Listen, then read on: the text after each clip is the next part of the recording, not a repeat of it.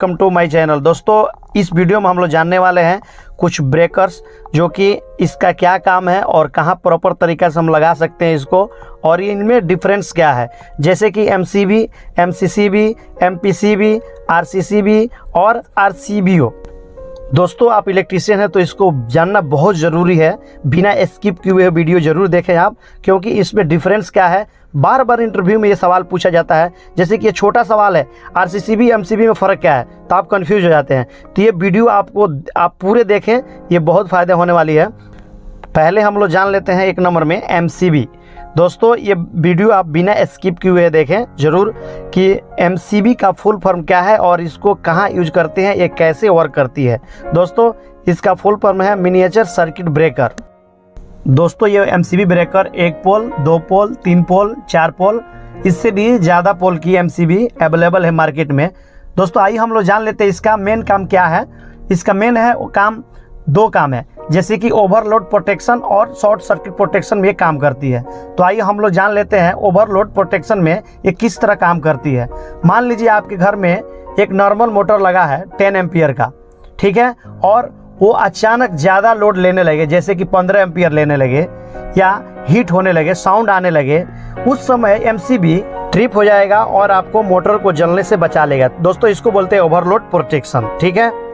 अब हम लोग जान लेते हैं शॉर्ट सर्किट में कैसे काम करती है। मान लो आपके घर में बिजली का वायर, जैसे कि फेस और न्यूट्रल आपस में टच हो जाए, उस समय एमसीबी ट्रिप हो जाती है और शॉर्ट सर्किट होने से बचा लेती है, वायर जलने से बचा लेती है। ये 2 काम करती है एमसीबी का, यही 2 काम है, ठीक है। ये प्रॉपर तरीका से काम करती है। तो दोस्तों, इस एरिया में जहाँ पे शॉर्ट सर्किट का और ओवरलोड का प्रॉब्लम हो, वहाँ पे एमसीबी जरूर लगाए, एम्पियर देखकर कितना मोटर, कितना एम्पियर का मोटर है किस हिसाब से लगाए।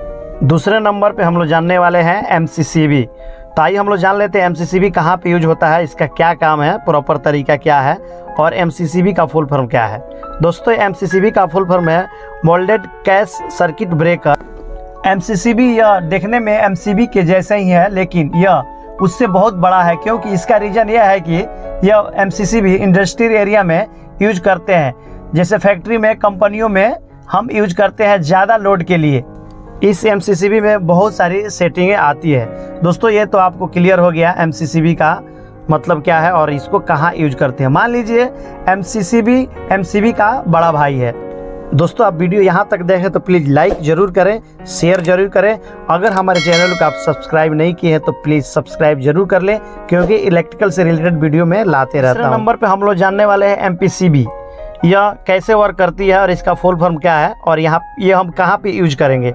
दोस्तों, एमपीसीबी का फुल फॉर्म है मोटर प्रोटेक्शन सर्किट ब्रेकर। हम इसे कहाँ पे यूज करते हैं हम लोग जान लेते हैं। बेसिकली यह ब्रेकर मोटर प्रोटेक्शन के लिए यूज किया जाता है। यह बड़े बड़े मोटरों में, कंट्रोल पैनलों में आप लोगों को देखने को मिलेगा। दोस्तों, हम जान लेते हैं यह एमसीबी कैसे वर्क करती है। दोस्तों, ये तो आपको मालूम ही है कि जब कोई मोटर स्टार्ट करते हैं उस समय मोटर ज़्यादा से ज़्यादा करंट लेती है, जैसे कि 3 फेज का मोटर 10 एम्पियर का है, और जब आप स्टार्ट करते हैं तो उसका स्टार्टिंग लोड 15 एम्पियर हो जाता है, और बाद में धीरे धीरे एम्पियर घटकर अपने ओरिजिनल लोड पे आ जाता है।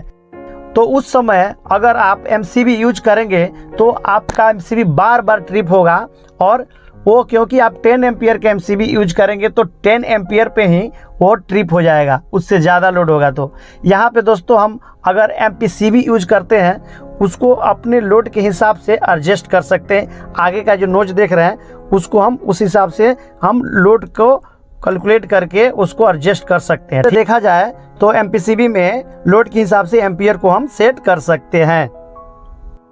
चौथे नंबर पर हम लोग जानने वाले हैं आरसीसीबी।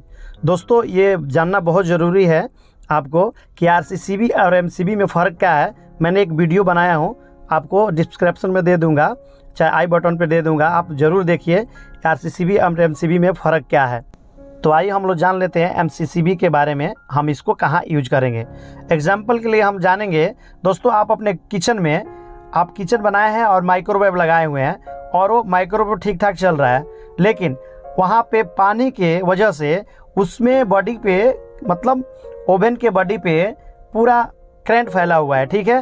अब आप गलती से उसको छूते हैं, आपको मालूम नहीं है कि इसमें करंट है, आप गलती से उसको टच करते हैं, तो आपको अगर टच करते हैं तो आपको करंट नहीं लगेगा। आरसीसीबी अगर आप ब्रेकर लगाए हैं तो ऑटोमेटिकली वो ट्रिप हो जाएगा।